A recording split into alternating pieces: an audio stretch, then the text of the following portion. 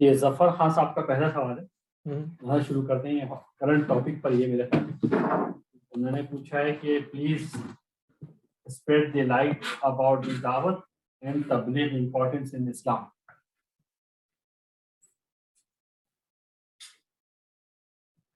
تبلیغ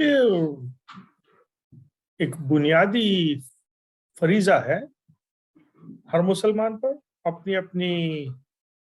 استطاعت کے مطابق، اپنے اپنے انداز میں، اپنے اپنے ایریا آف انفلوئنس میں، اپنے اپنے علم کے مطابق ہر کسی کو تبلیغ کرنی چاہیے، لیکن اس چیز کی تبلیغ کرنی چاہیے اور اتنی کرنی چاہیے جتنا اس کو علم ہو. جس چیز کے بارے میں، جس ایریا آف ریلیجن کے بارے میں علم نہیں ہے، اس کی تبلیغ نہیں کرنی چاہیے، ورنہ پھر آپ غلط بات لوگوں کو پہنچائیں گے.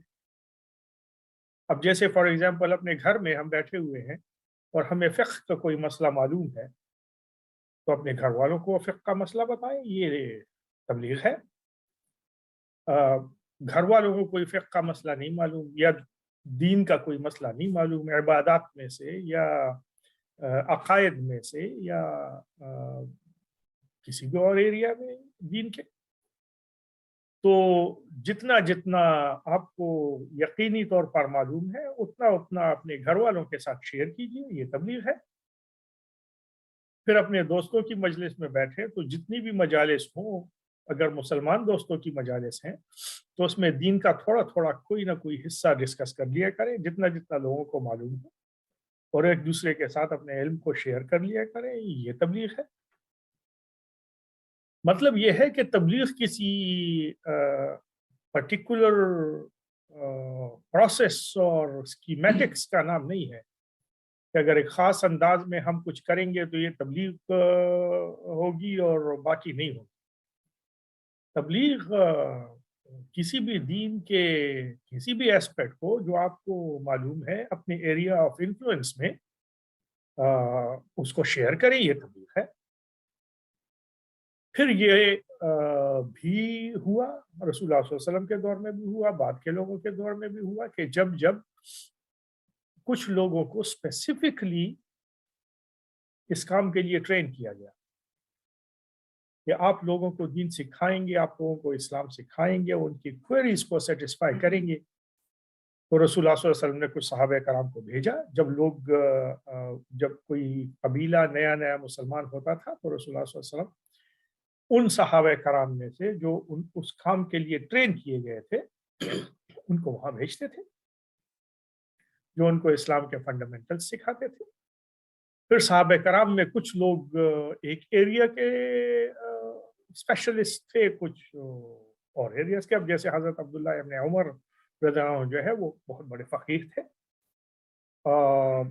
حضرت عبداللہ ابن عباس رضی اللہ عنہ بہت بڑے مفسر تھے، حضرت ابو ہریرہ رضی اللہ عنہ کا فوکس جو ہے تو حدیث پر بہت زیادہ تھا، اسی طرح حضرت عائشہ رضی اللہ عنہ جو ہے تو اس کا فوکس حدیث پر بہت زیادہ تھا. تو یہ اسی طرح جیسے جیسے رسول اللہ صلی اللہ علیہ وسلم کے زمانے سے ہم دور ہوتے گئے، ویسے ویسے یہ اسپیشلٹیز اور سب اسپیشلٹیز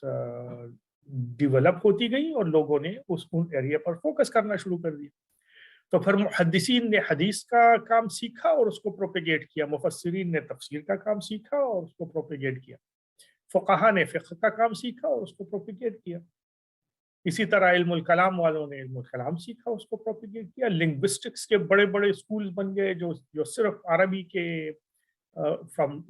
دا لنگوسٹکس پرسپیکٹو وہ جو ہے تو انہوں نے عربی کو سیکھا اور اس کو پروپیگیٹ کیا، اس کو ڈاکومنٹ کیا، اس کو محفوظ کیا. جنہوں نے رسول اللہ صلی اللہ علیہ وسلم کے دور میں موجود جو محاورے تھے ان کو محفوظ کیا، ان الفاظ کو کہ وہ معنی محفوظ کیے جو صحابہ کرام سمجھتے تھے، خود سے نہیں. صحابہ کرام جس لفظ کا جو معنی سمجھتے تھے اس معنی کو محفوظ کیا گیا. تو یہ بڑے بڑے لوگوں نے صرف اس پر کام کیا.